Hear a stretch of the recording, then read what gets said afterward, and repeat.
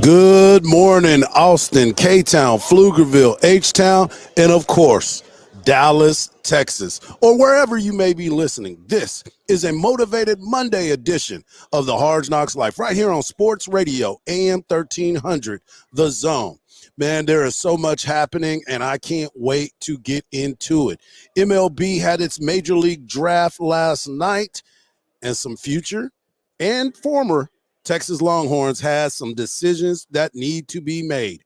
We are in Dallas, Texas for the first ever edition of SEC Media Days in which Texas and Oklahoma have become official members. At 7:17, we'll have Olin Buchanan of Texags.com joining us to talk about the Aggies and the expectations of this upcoming season. We'll also have Chip Brown of Horns 24/7 that will be joining us at 8:17 to talk about the league and the expectations of the Texas Longhorns as well. We have the Home Run Derby that is tonight, and we will pick us a winner. I am your host, Mike Hardball Hardge. My man Khalil is in studio. My on-site producer is the one and only Cam Parker that you will hear later this afternoon on the Craig Way Show.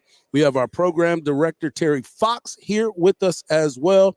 And as always, we want you to be a part of the show. And the best way to be able to do that is text the word Texas, followed by your message to 81530. Standard data and message rates may apply. That's text the word Texas, followed by your message to 81530. What up, Khalil? How you doing, buddy?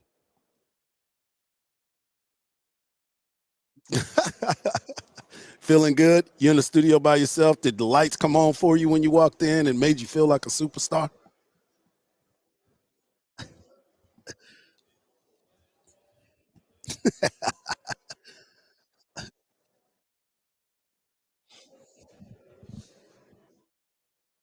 Yeah, well, be careful, man. You never know, man. You never know what's going on in there.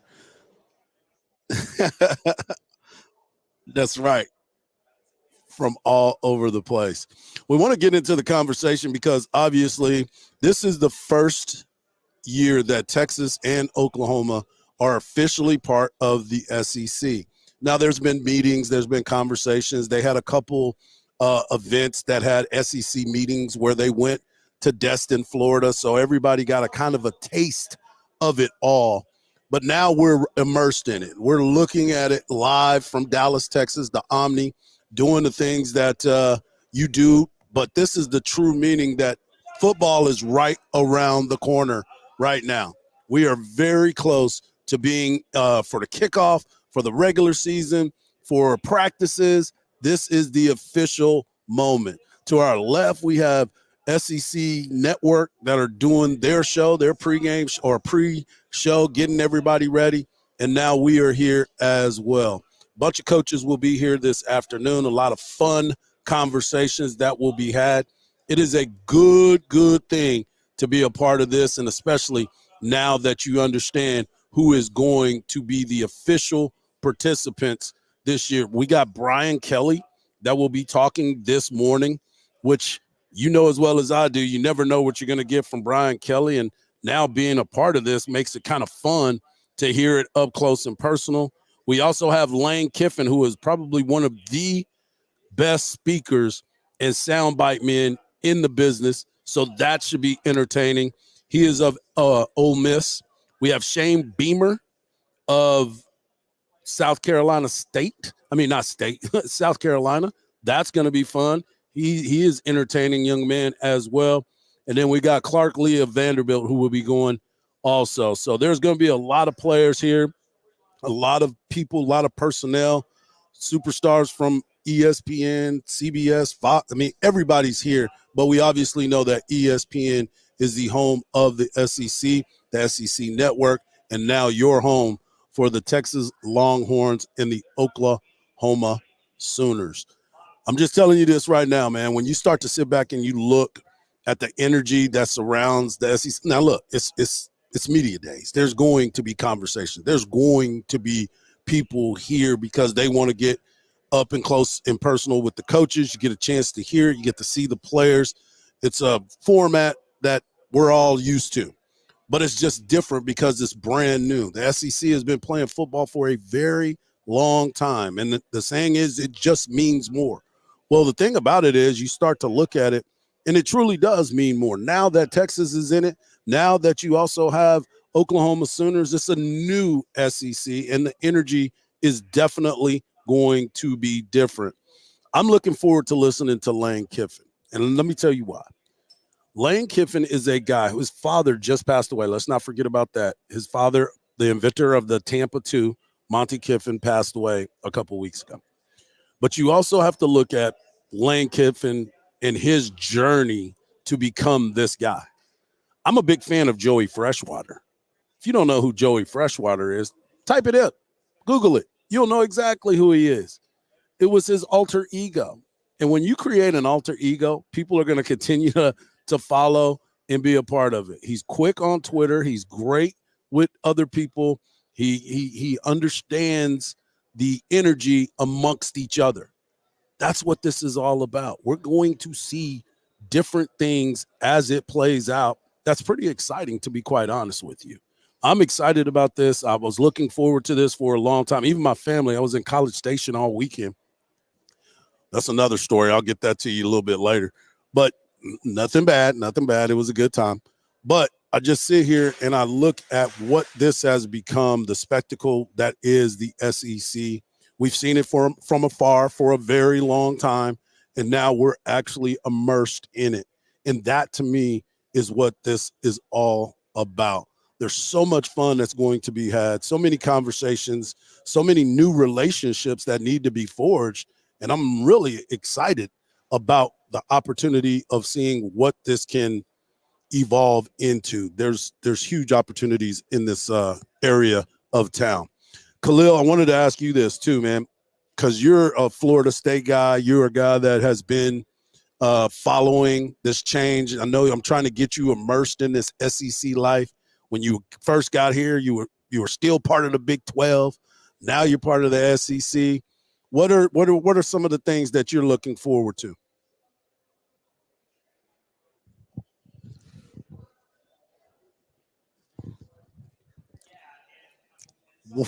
What? What dream is coming true?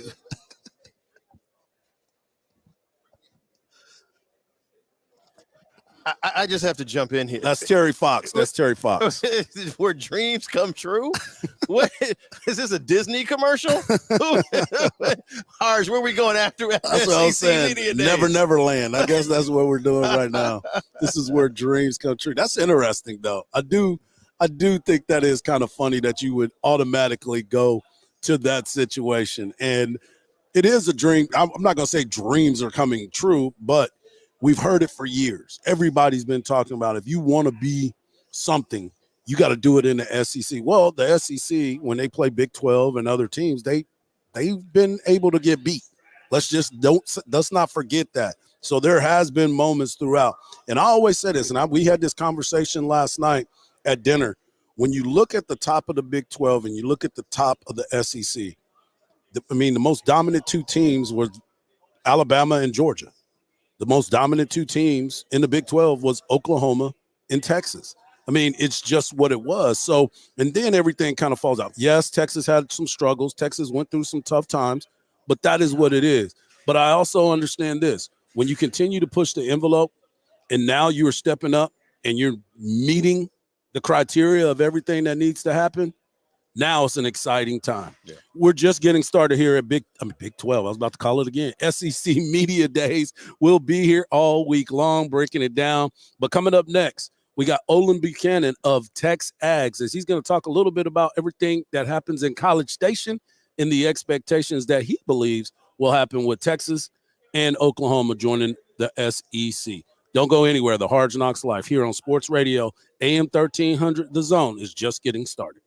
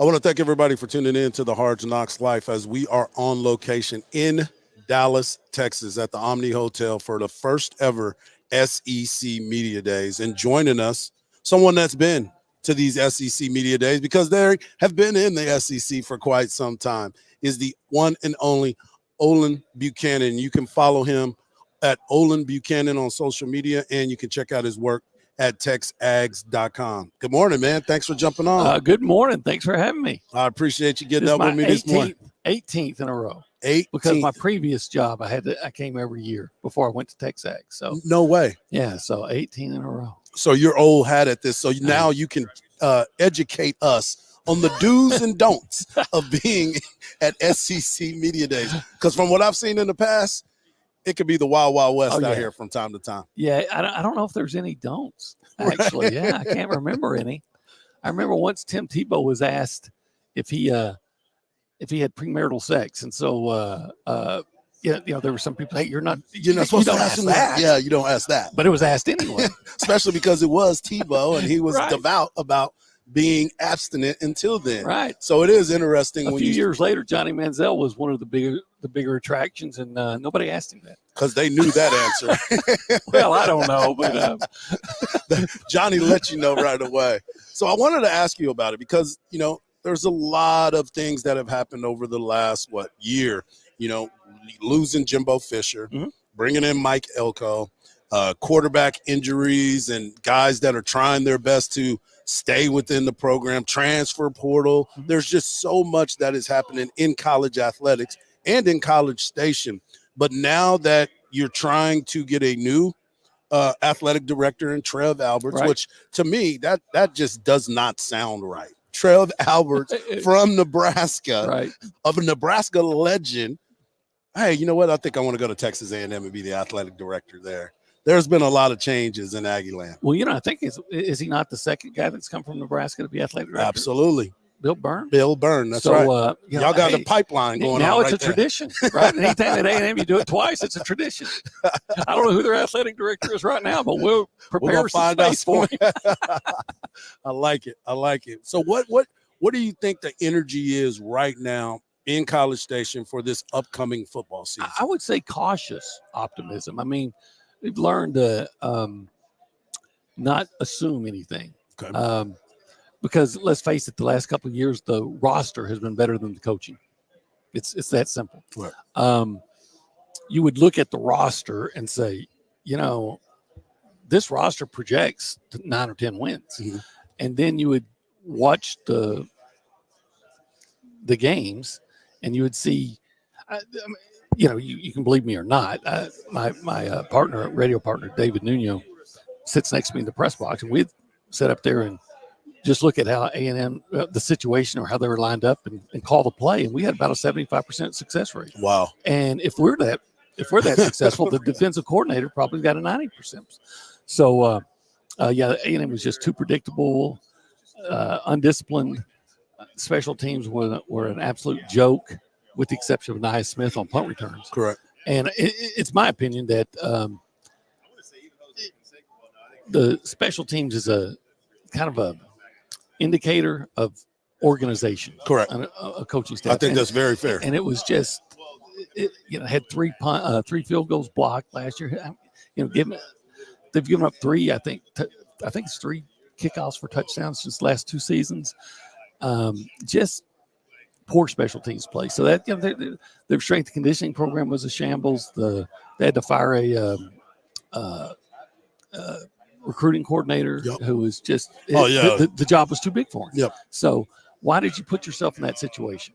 Especially at Texas A&M. When you think about what you said, because I wanted to go back to something before we get off track. You talked about the special teams and how you can tell a team's ability. Texas at one point, when Charlie Strong was there, they had a bunch of extra points blocked. Right. They had a bunch of punts blocked, and the detail was not where it needed to be.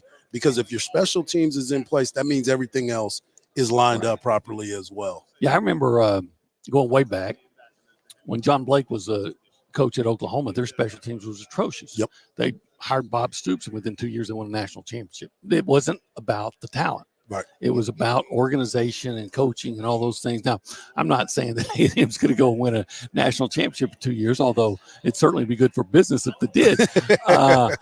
But I do think that you're going to see a more organized, better coach team. And I don't, and that's surprising to me because the first 3 years of Jimbo Fisher, there was no complaints, and it's my own opinion. Right. Okay. After he got the extension, the 10 years, and then it became $9 million, I think he just got lazy. And that's where complacency sits in. And there's no place for that in any type of a business, especially right now in the SEC.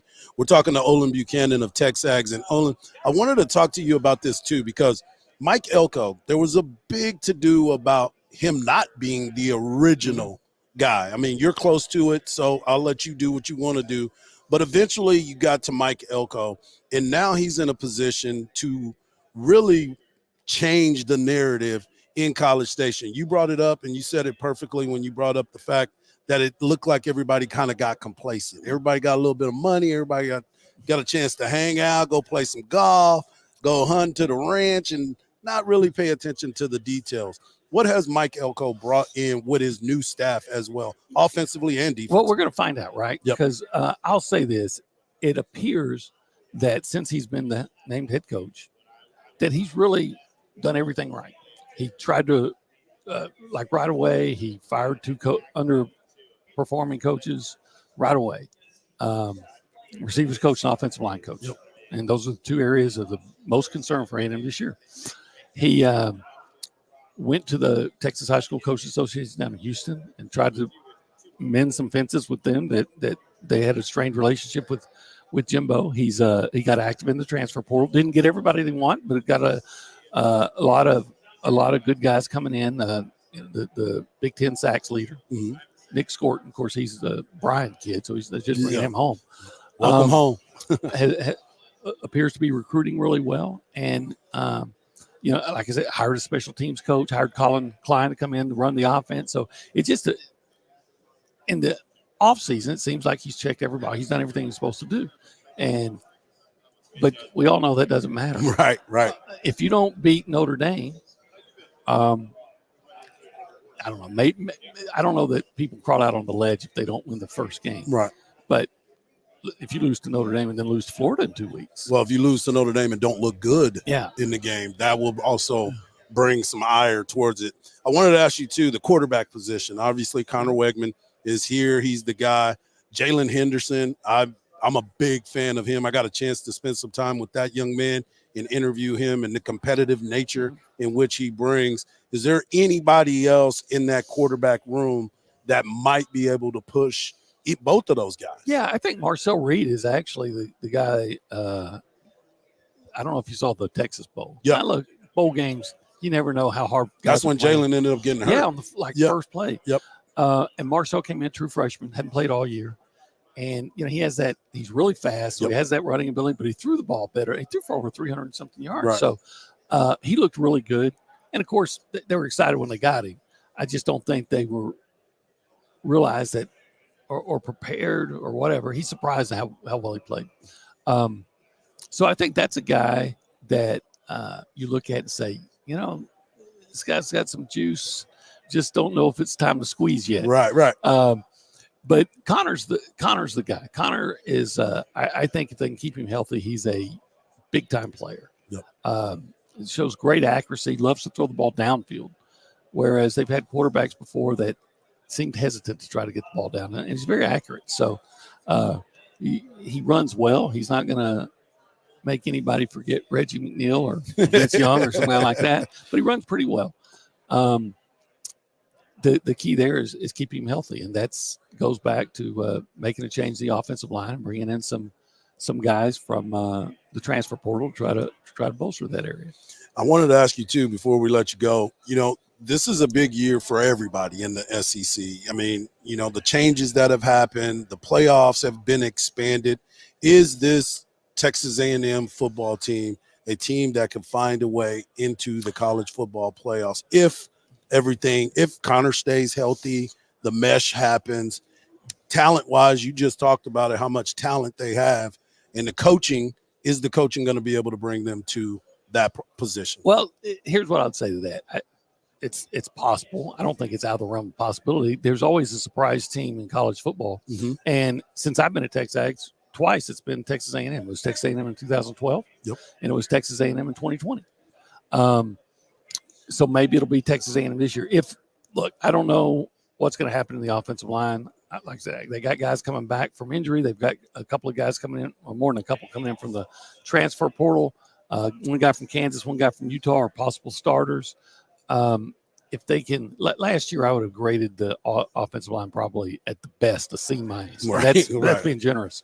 If they can get up to a B, and then they got to find a number one receiver. It could be Noah Thomas, but he's going to have to elevate his game. So if they can make significant strides in those two areas, then absolutely they could.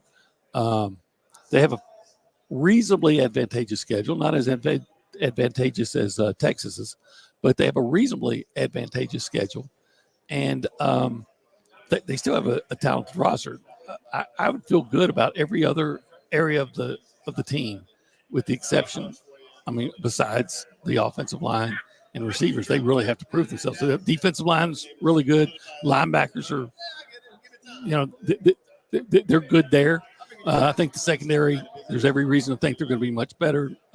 Running backs are fine. Wingman, tight end. Yeah. You can win every one of those positions. You can win at offensive line, but I've never seen a good team that didn't have a really good offensive line. I 100% concur, and that's why you've heard the big humans conversation. And where are you finding these guys? Where can you get these guys? Well, I think everybody's looking for those types of players, because if you can't solidify and protect and get to from the offensive and defensive lines, it's going to be a long, long year for any football team that has to deal with that. Well, that's for sure. A&M could not consistently pick up third and short, right, fourth and short, and finally we said, hey, you guys just don't even try the quarterback sneak. Because do the tush push? They couldn't push anybody off the line of scrimmage. Right. So they brought in a new strength and conditioning coach from LSU, formerly from LSU. Tommy Moffitt. LSU won 3 national championships under 3 different head coaches with him as strength and conditioning coach. And, he talked to us right away, realized, hey, we need to get stronger. You can't win at point of attack. And they look like they might be stronger because they look more muscular. Everybody's big, right? right. Or you wouldn't be playing at this level. But again, everything that happens in the off season, all it does is build up some optimism, some excitement. But until you get out there, it just doesn't matter. And if no one knows that better than Texas A&M fans after what they've experienced the last 2 years. Man.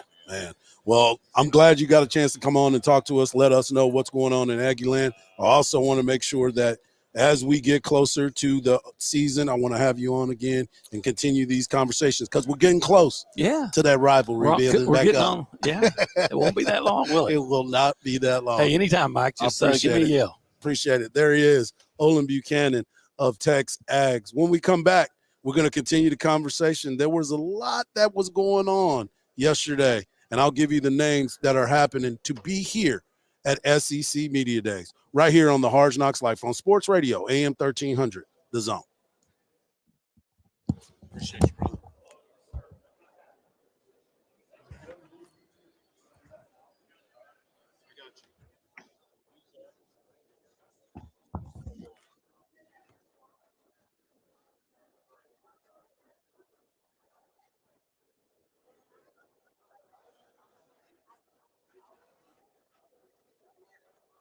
So BK not checked in yet or something?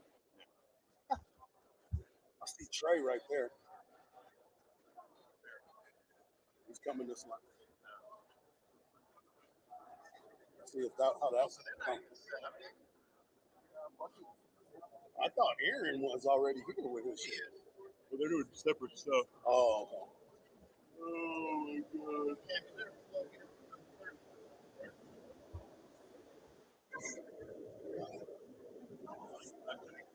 Right.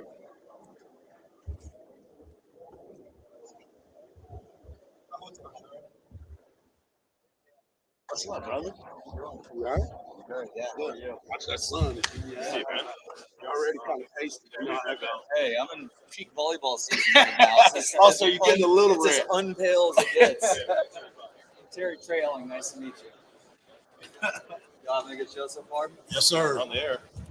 Yeah, that's part of the battle, right? Being on the air. Seriously. You too. Man.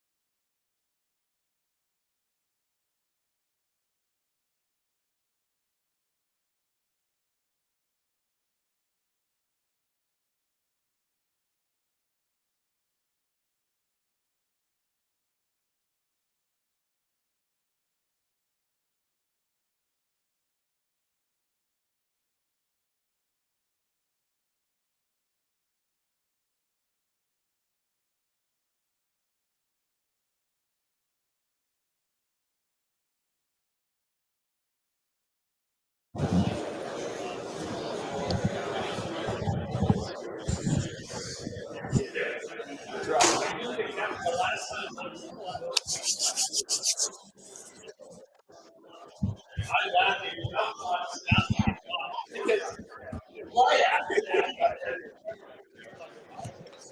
the heart of SEC Media Day, deep in the heart of Texas, I'm excited about everything that's going on.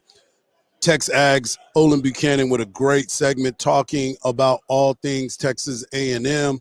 There's a lot that's being talked about, as always, as you continue to find ways to get this thing going. We have so many different things that are happening as my man Mike Craven comes through from Dave Campbell's Texas Football. But there's so much happening here that we forget.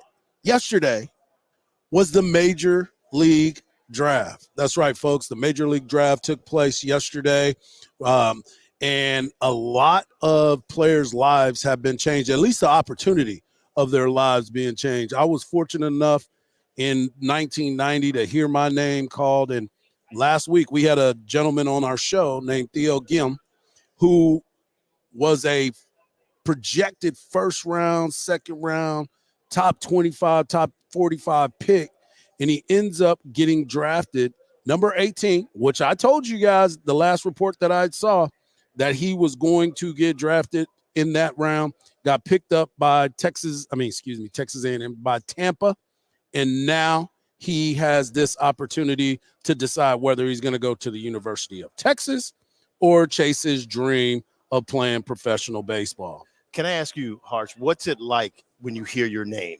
What is the feeling?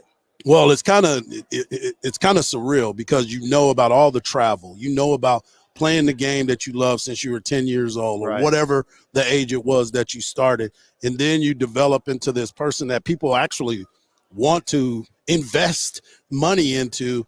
So it's a kind of a really surreal situation when you sit back and you really reevaluate everything. Great. Because at that moment, you're like, okay, but being projected to be that high and dealing with the things that he dealt with, because a lot of people don't realize he dealt with a lot of injuries. So through that time, you look at it and you say, man, is this something that is going to really happen for me? And yes, yesterday at the number 18 pick, he was drafted by the Tampa Bay Rays, and he's just excited about it. Texas also had two other signees, Levi Sterling and Bryce Gaynor, get drafted high in the first round as well.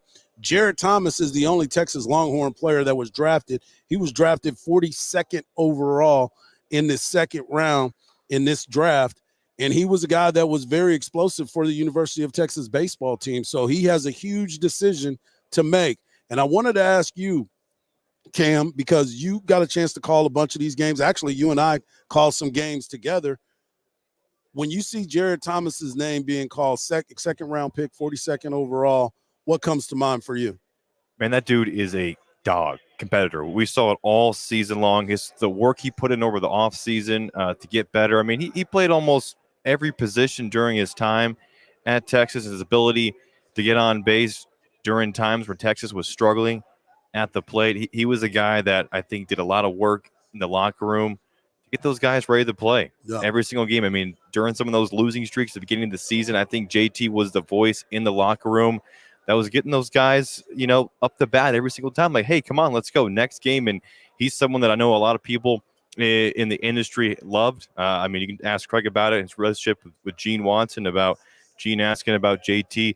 These teams raved about him. And there's a lot of teams, not just the one that picked him, but a lot of teams who were hoping to get a chance at selecting JT. So congrats to him. But, man, he was someone that you knew was going to put up a great at-bat every single time he came to the plate. And he was the leadoff guy the entire year, as a guy that originally we heard that he might be our center fielder at the University of Texas, and then they ended up moving him back to first base where he really flourished. That also goes to show. And remember, he even asked to get on the mound to try to help the team at one point. And we're all like, come on, man, let's not do that. Let's not do that. But the ability that he has now, rounds 3 through 10 will be today, and then on Tuesday, 11 through 20. That's the other part about all of this is when the Major League Draft, when I was drafted in 1990, so that tells you how long ago it was.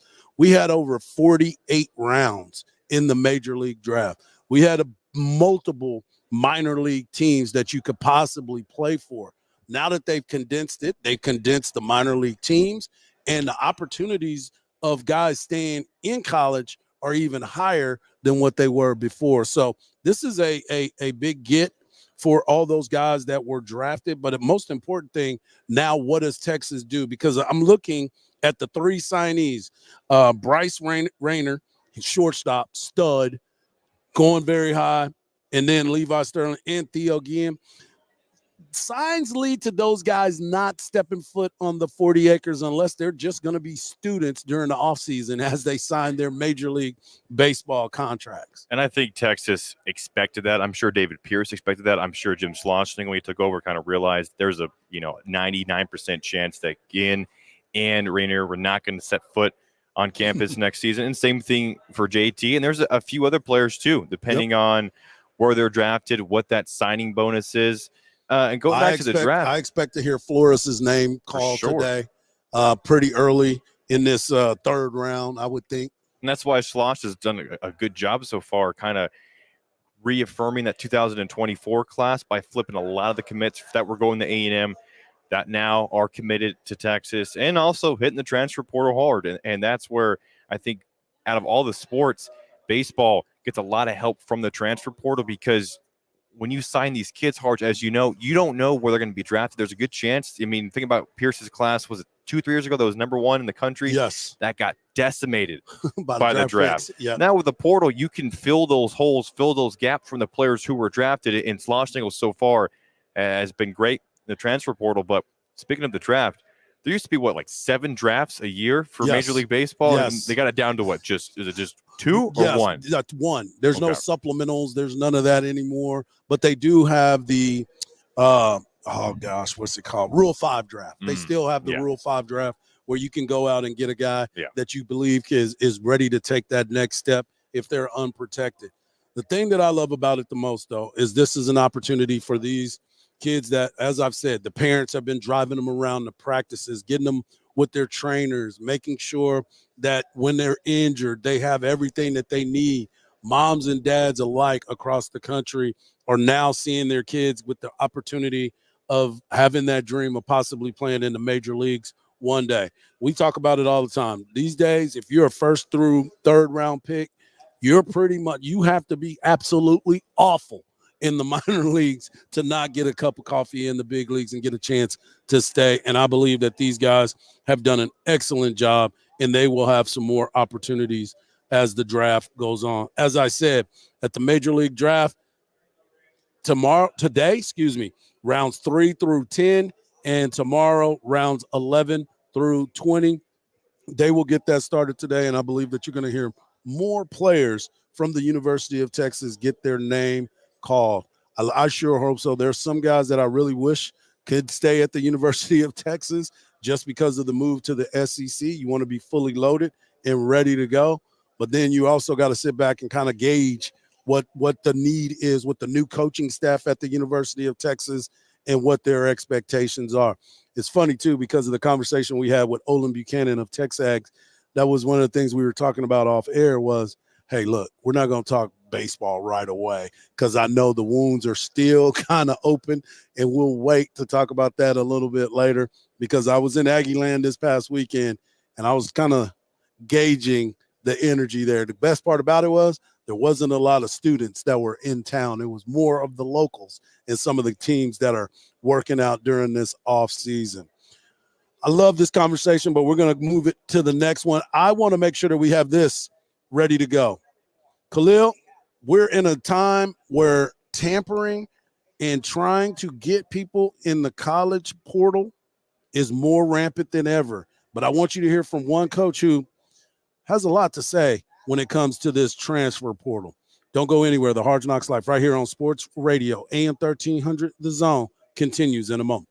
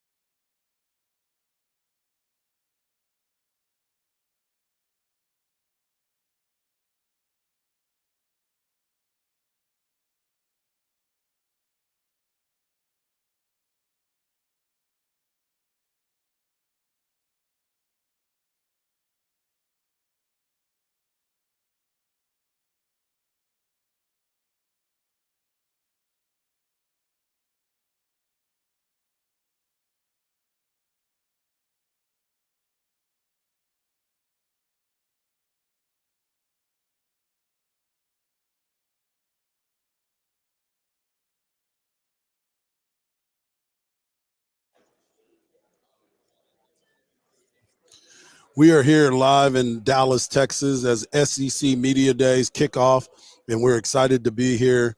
All of the teams are all of the people that cover the SEC are here on this radio row.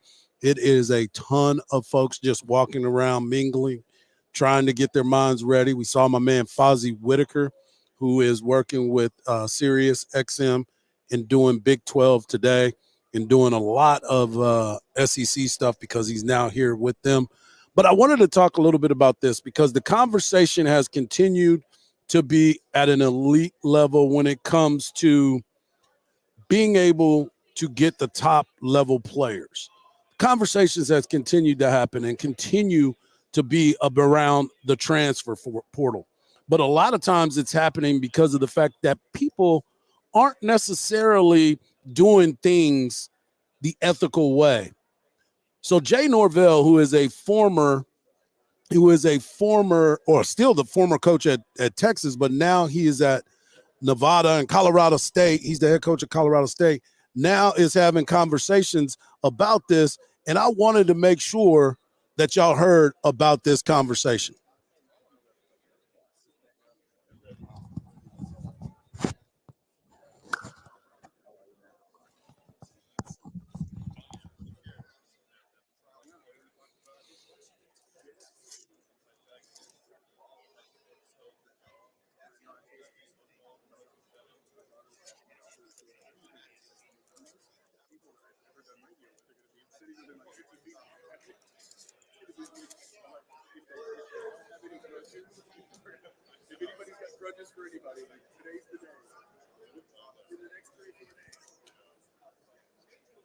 And it's interesting when you think about it.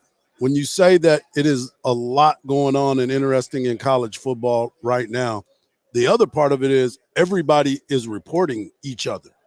Everybody is telling on each other because you are trying to tamper with their players, especially now that we all look at it and things start to happen often. The game is a dirty game, but it's going to get cleaned up quickly. That's why when you start to break down how all of this is playing out, all of college football, all of college baseball, basketball, everything else that's involved, you have to find another way to communicate, whether it's the back channel stuff with former high school coaches, family members. Oh, tell them to give me a call. Yeah, it all goes down that way. But now people are definitely getting exposed. Jay Norvell is just one of many coaches that have mentioned that and will continue to mention it, especially at this particular day and time. Interesting time, folks, in college athletics, and what better place to be in the middle of it than at SEC Media Days here in Dallas, Texas, at the Omni, as this is day one of the SEC Media Days. As we continue these conversations headed into the next hour, Chip Brown of Horns 24/7 will be joining us at 8:17, talking all things Longhorns, talking all things Texas, and talking all things SEC, because the middle of it all is right now. This is the meat. This is the crux. This is the moment that we are getting closer and closer to football Saturdays in the SEC for the first time as a member of the SEC. Hour number one is in the books. Hour number two is just around the corner right here on the Hard Knocks Life on Sports Radio, AM 1300, The Zone.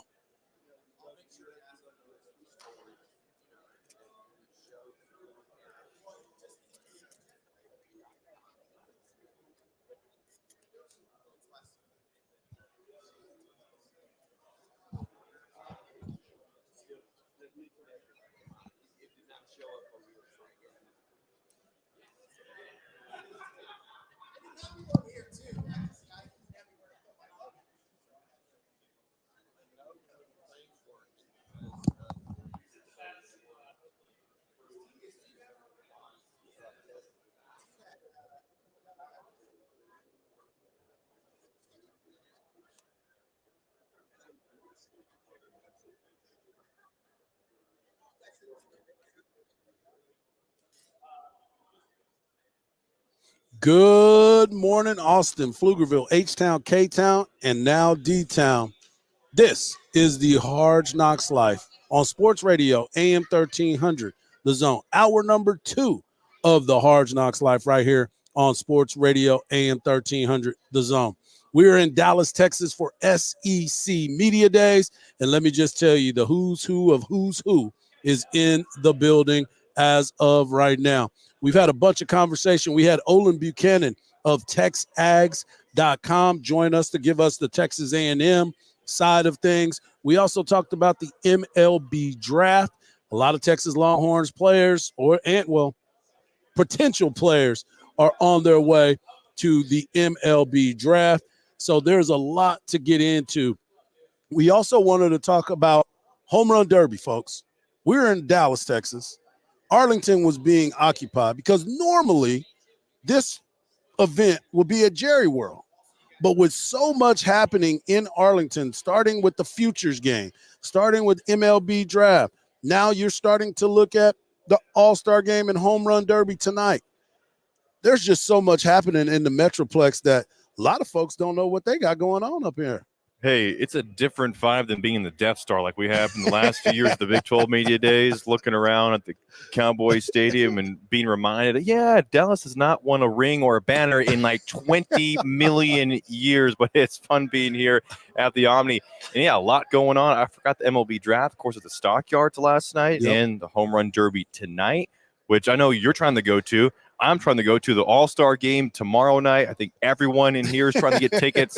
Everyone's trying to scalp, find good deals, but there's a lot happening. Hey, I'm happy to be in Dallas as opposed to Birmingham. No doubt. No offense to Alabama, but Dallas is a little bit closer to home than Birmingham is. Especially for us, because we probably would have ended up having to drive out there. And that would not have been cool at all. Just will say that. Well, I think Terry Fox would have just flown us out on his private jet that I think he has. Wow. We have a private jet. Yeah. Unfortunately, Elon Musk was taking that. Yeah. While we're talking about that, is there anybody in particular you guys looking forward to seeing in the Home Run Derby? I want to see Adolis Garcia. I mean, he swings so hard anyway. Yeah. And the home runs that he hits are so prodigious that you want to see him, especially being the hometown guy. Right. That's the guy that I want to see. I'm also a huge fan, and if you've been listening to me over the last few years, you know that I'm a huge fan of Bobby Witt Jr. Yeah. He is the future, like Patrick Mahomes is the future in Kansas City and the face of Kansas City. He is the exact same way for baseball. They want to put him on a lifetime contract. That is for sure. But we're in Arlington. We are in Dallas, Texas. Got me already in Arlington. I'm so used to being in Arlington for everything. But we are in Dallas, Texas, downtown at the Omni, as we are here for SEC Media Days.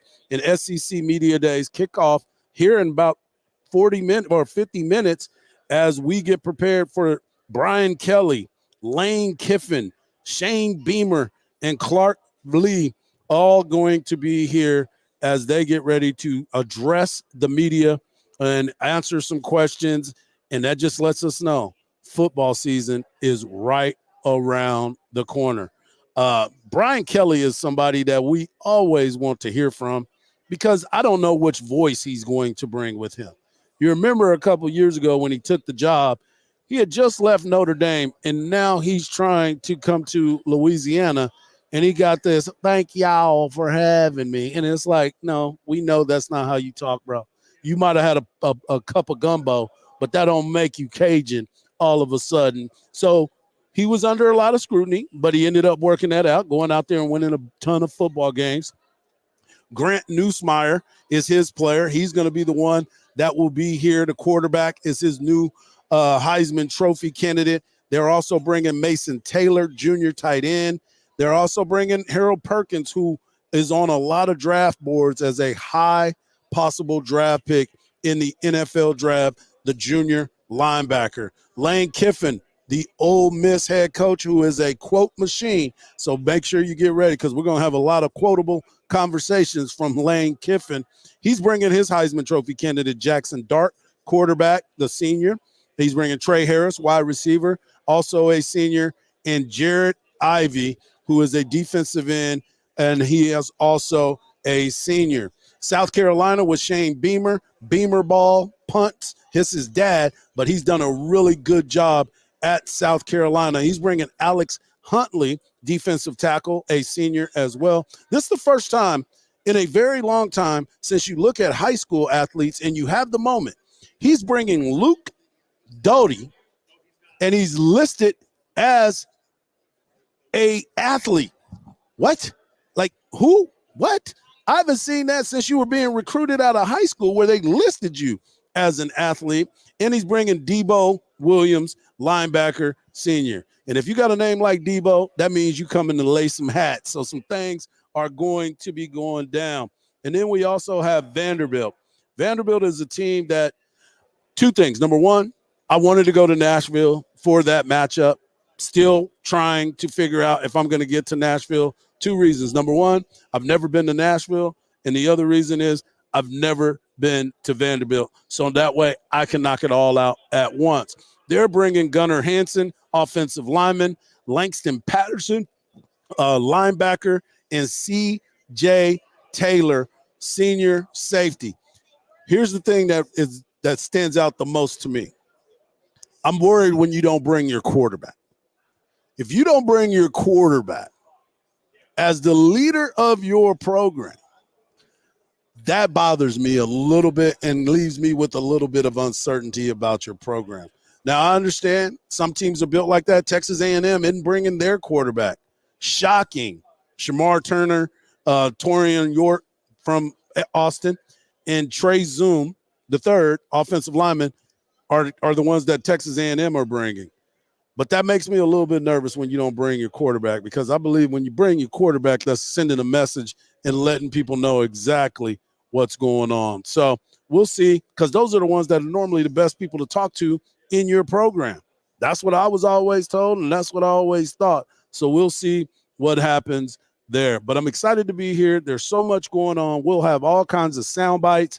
We'll have a lot for you starting tomorrow, maybe even starting this afternoon with Craig Way and Cam Parker, as their show will be live from here as well, 2 to 5 p.m.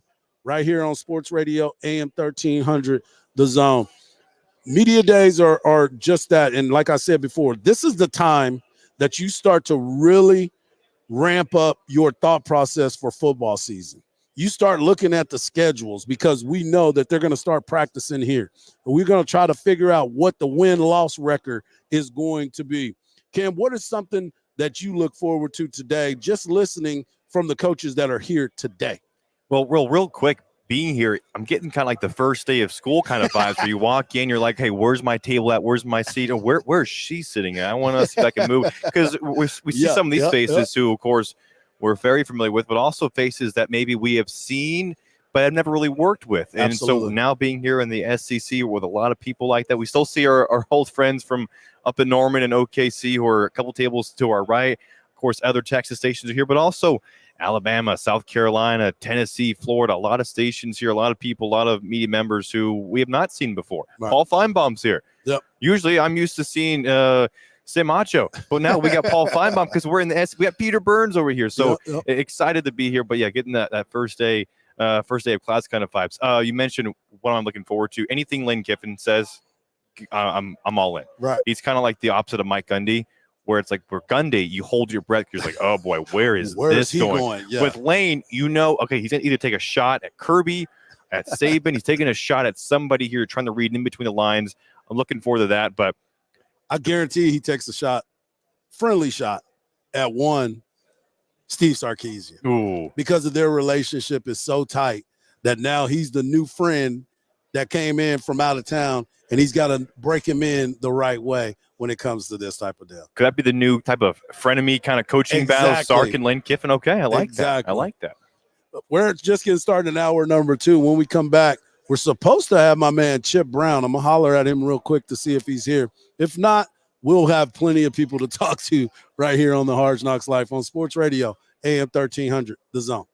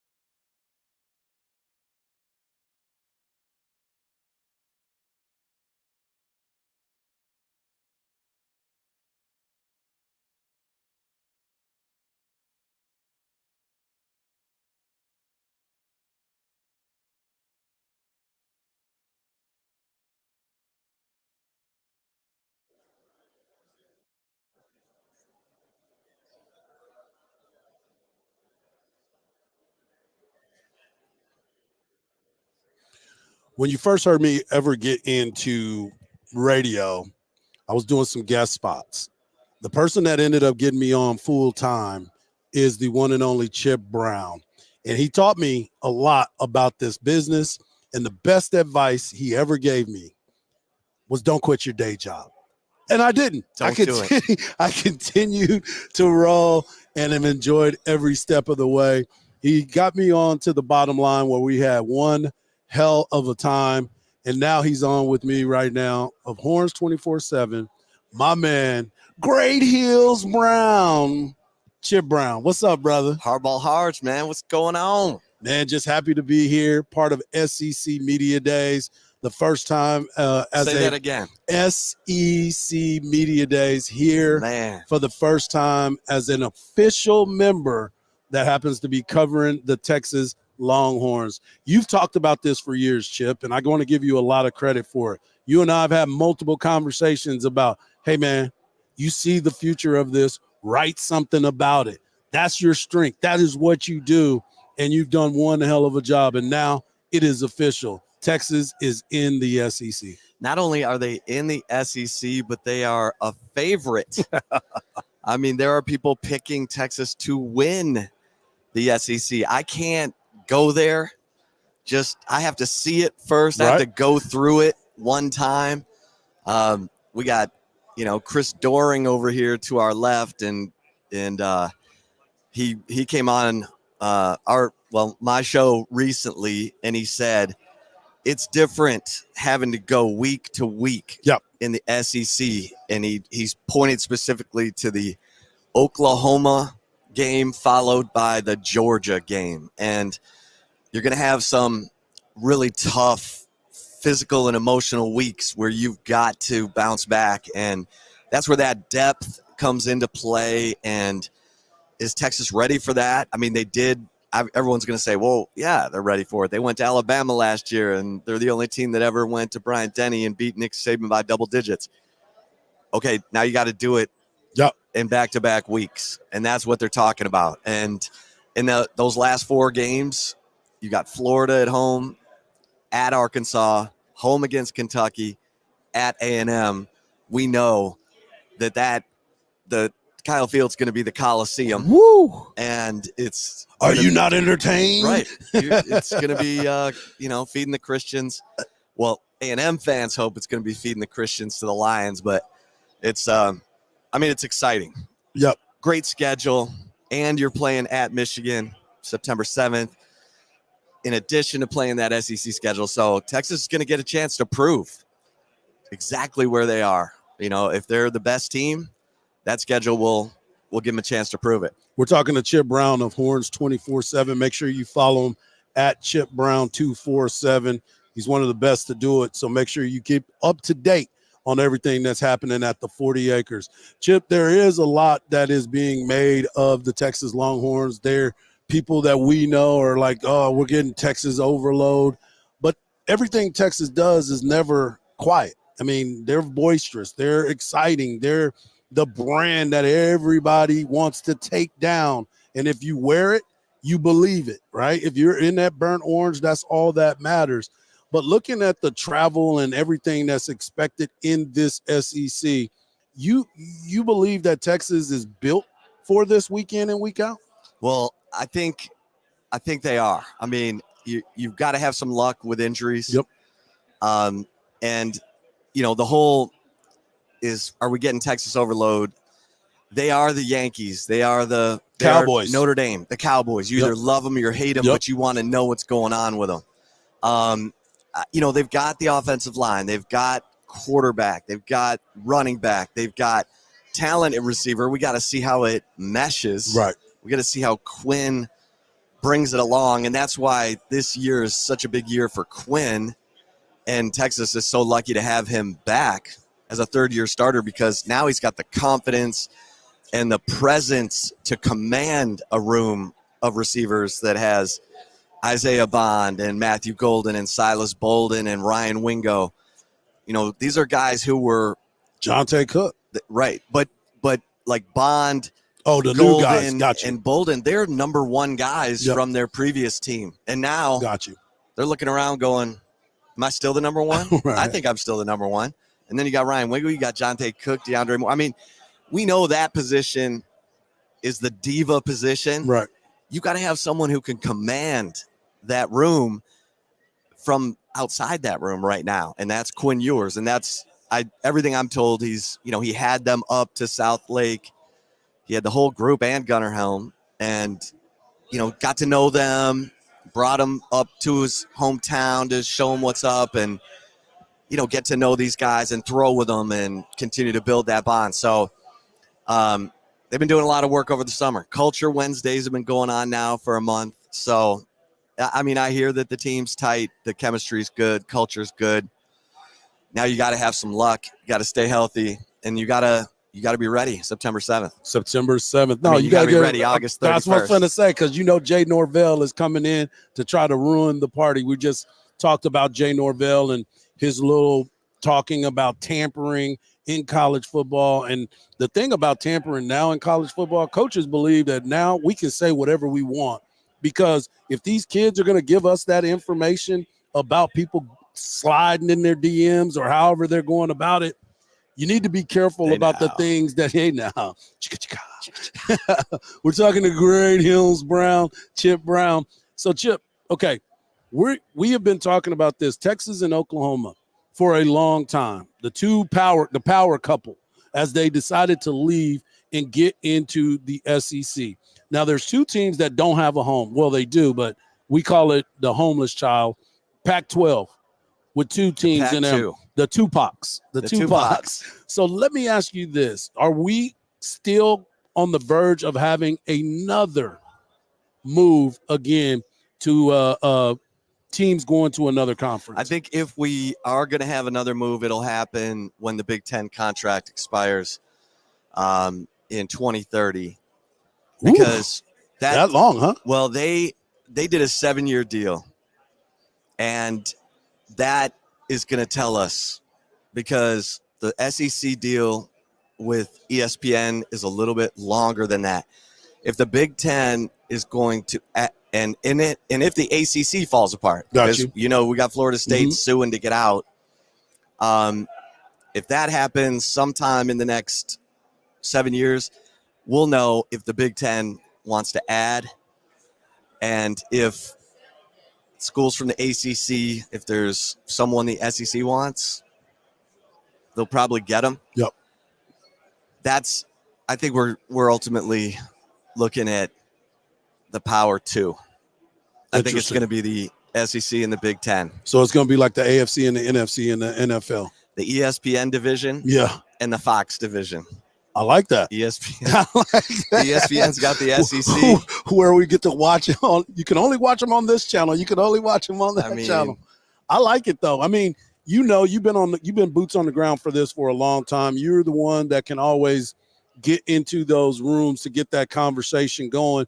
But the one thing about it all is the dynamic of college athletics has completely changed. It's upside down. You talked about it a long time ago about how we were on the verge of it for quite some time. The financial parts of all of this is the key. Money is in football. We know that. But the other sports like basketball, baseball, women's basketball, there's so many different dynamics that are on the board for this. How can they get this thing on one smooth track? Well, I think the real question is going to be, how do we deal with NIL? And I think we look at the revenue sharing that's going to start happening in 2025. Schools are going to be, they can share up to $22 million in revenue. Okay. Some schools aren't going to be able to do that. And student haves and have nots, right? Student athletes are going to make their decisions. They're probably going to go somewhere where they're going to share revenue. That's another reason the divide and probably the Power 2, because, well, I think, are the collectives going to be supplementary to the revenue sharing? Got you. There's a bunch of people who say yes. There's a bunch of people who say, I don't think so. I think so. Right. I don't know how you just turn that faucet off. Yeah. I mean, that toothpaste is so far out of the tube. And Hardge, it's crazy the money right now. Yeah, absolutely. And we're seeing, it used to be if you were a proven player, you're getting paid in the transfer portal. Correct. Now you're seeing high school kids starting to bring in 7 figures. That's crazy to me. I'm working but on that with DJ right now. yeah, I mean, I've got people saying, "Oh, this is going to be the Wild West for another 3 years, another 6 years, and then it's going to get reined in." Well, get it while it's there, because it's crazy right now. If you're an interior defensive lineman who's proven himself at the college level, man, you're making $1 million. I mean, Dominic Williams, the kid who ended up going to Oklahoma, right? Oklahoma Yep. from TCU, Yep. got over $1 million. And Texas is, and some of this is driven by the agents. Absolutely. And the street agents. Right. And you know this from being a pro baseball player. The agents, it's all about the dollar. What am I going to get out of my percentage out of it all? And being able to say to the next client, Yep. I got that guy, Yep. 1.5. They're not looking at it like, okay, if you go to this school, you're going to have a network of alums the rest of your life. And look, if you produce, we'll elevate your NIL. Right. Come show us. And then, some say the Aggies did this 2 years ago when they got the #1 recruiting class of all time, that they, promised all the money up front to these high school kids and then never gave it, never delivered. Yeah. So it's a really wild time right now. And we're seeing who the NIL players are. Absolutely. Oregon, Ohio State. Oregon said, y'all can get whatever y'all want. Just get this thing done. I need to win. He's like Jerry Jones. Phil Knight is like Right. Jerry Jones. I need to win. My days are getting numbered. I want to watch this here, not from heaven. Not from above.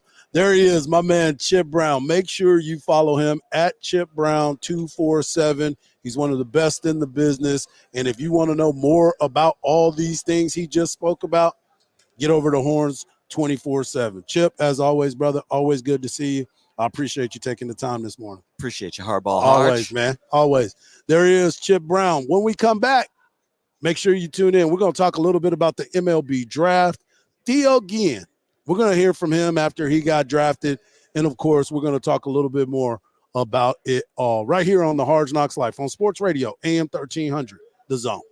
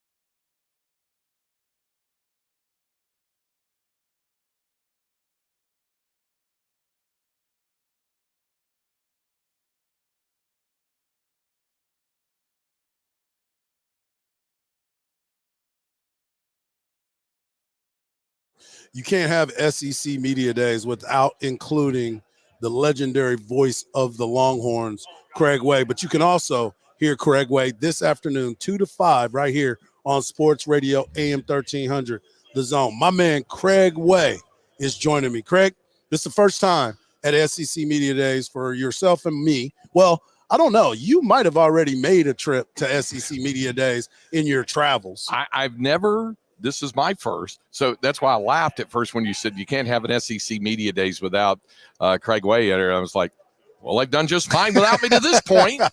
They've been okay. They've done just fine. Hadn't been a problem.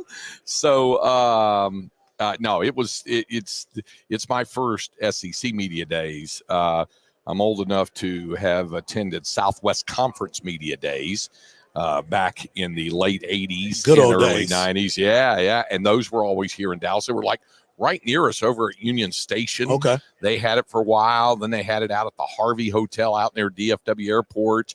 So they had those there. And then Big 12 Media Days. They had here in Dallas at different times and different venues, obviously, and up in Frisco and out in Arlington. We were talking about all that. They had it here one year. Yep. Back, 10 years ago, I'd say, maybe 11. It was like 2013. They had it here.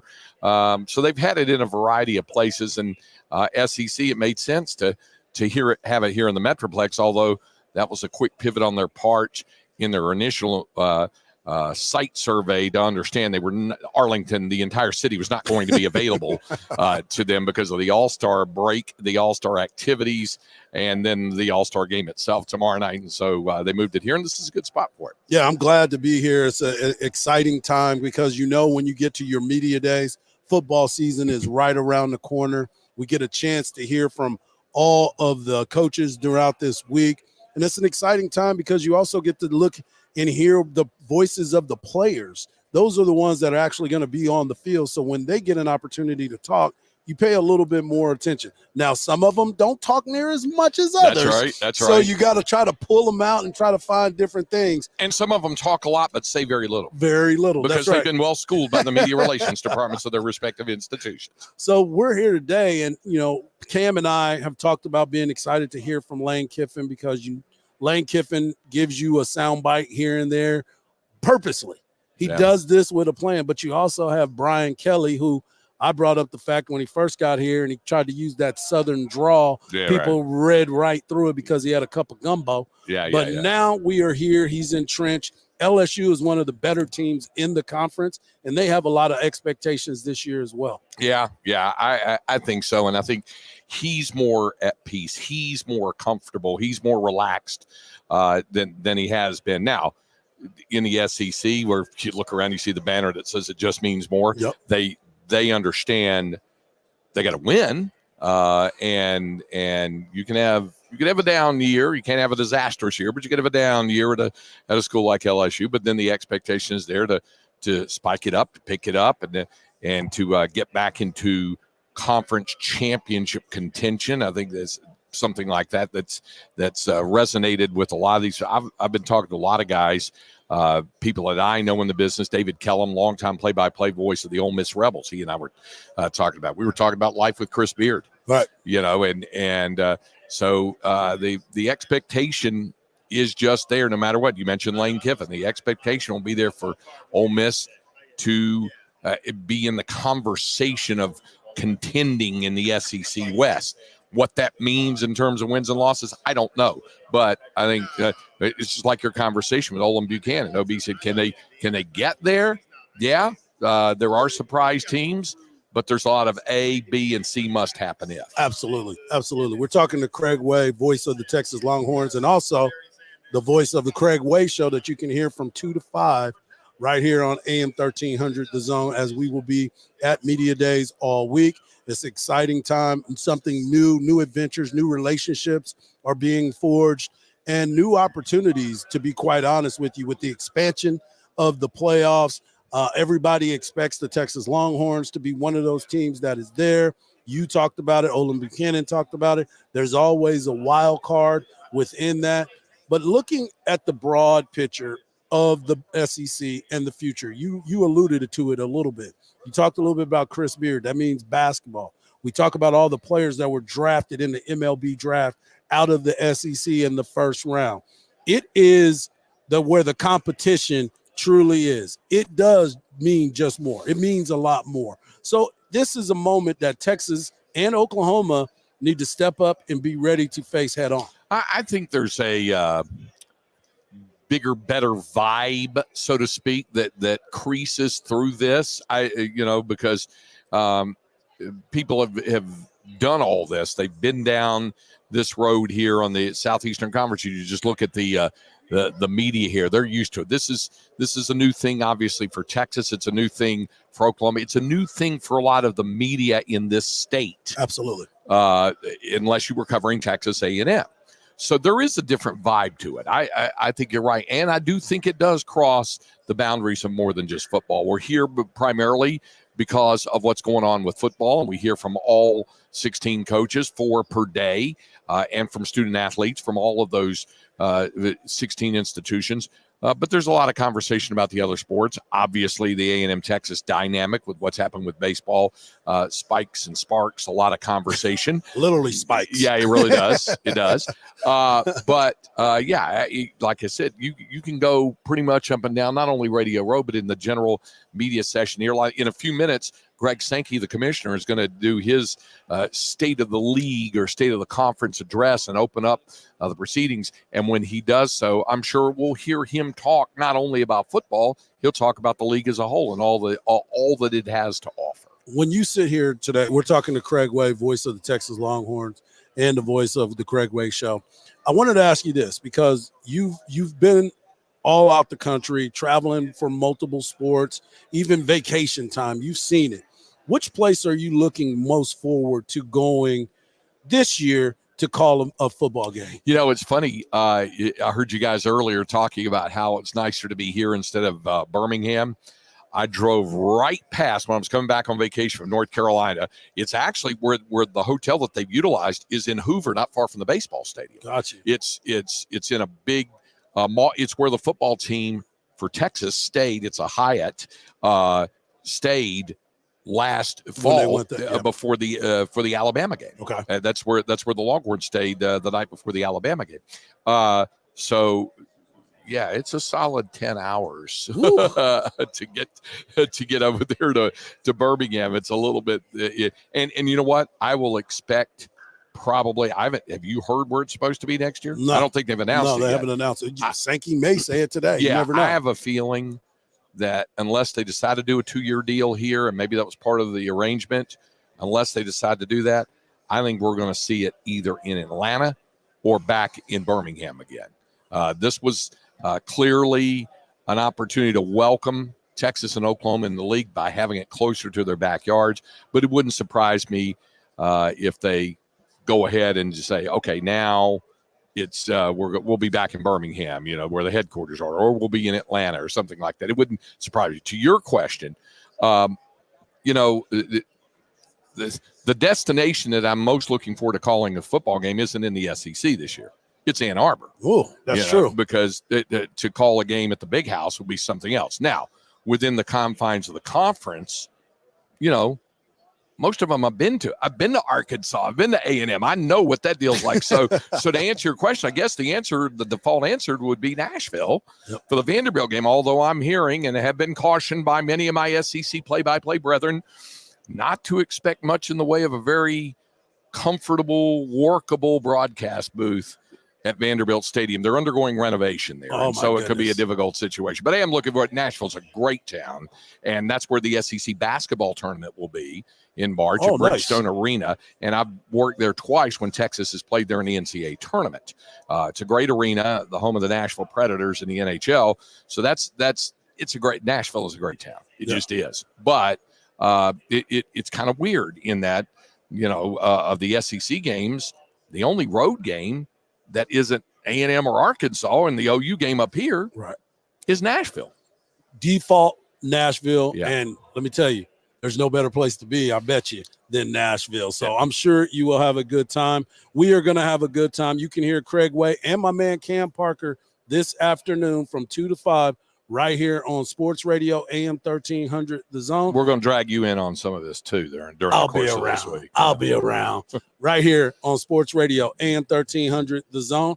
SEC Media Days, Dallas, Texas. We'll be back.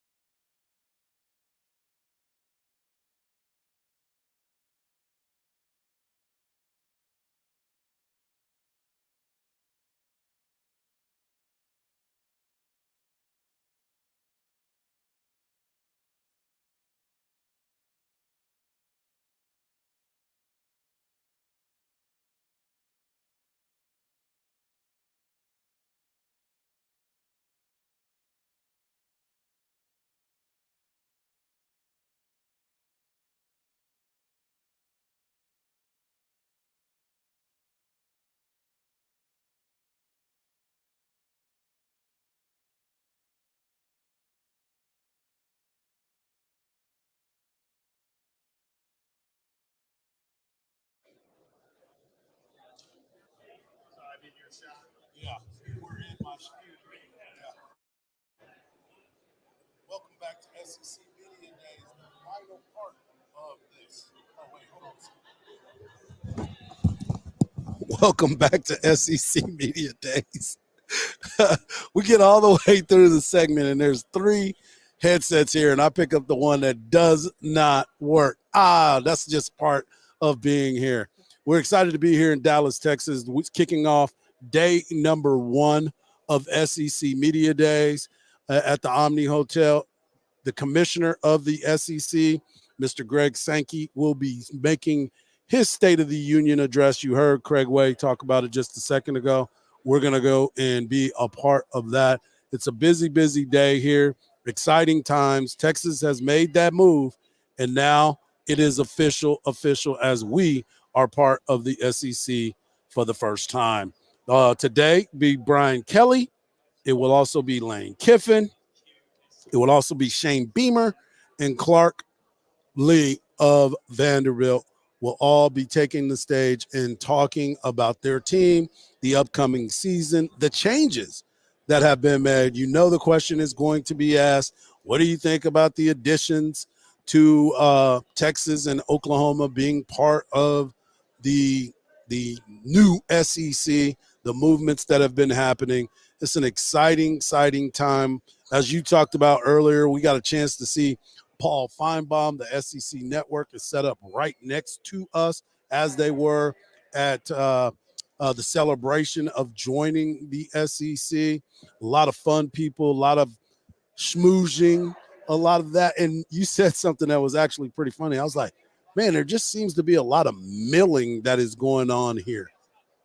But what else? There's people they're just here. They're just here.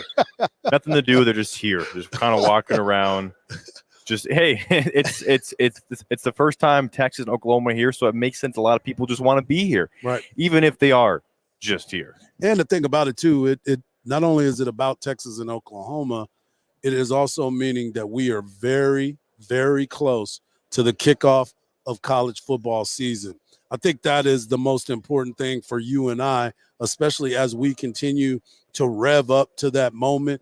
We're excited about it, all the newness of it all, but then there's so many other things that you look forward to. Like Billy Lucci just walked in, and I had no idea he was that big. I had zero idea that he's that big. Like, I thought he was a short guy. I thought that was a country music singer when he walked in, to be honest with you. Yeah, well, he acts like that sometimes, so you'll see. And we'll try to get him on this week as well as we get closer and closer to Texas A&M and Texas coming in. There's so much that we're going to try to break down and get you. We have an opportunity tomorrow to have some sound bites. We'll be sure to play them. I want to thank Khalil for doing a great job in studio. My on-site guy, Cam Parker, you'll hear him from 2 to 5 today with Craig Way on the Craig Way Show. Terry Fox is in the house, and your boy Hardball Hardge. Tune in tomorrow morning, 7 a.m., right here on AM 1300, The Zone. And just remember this, don't believe everything you see, because even salt looks like sugar. Peace.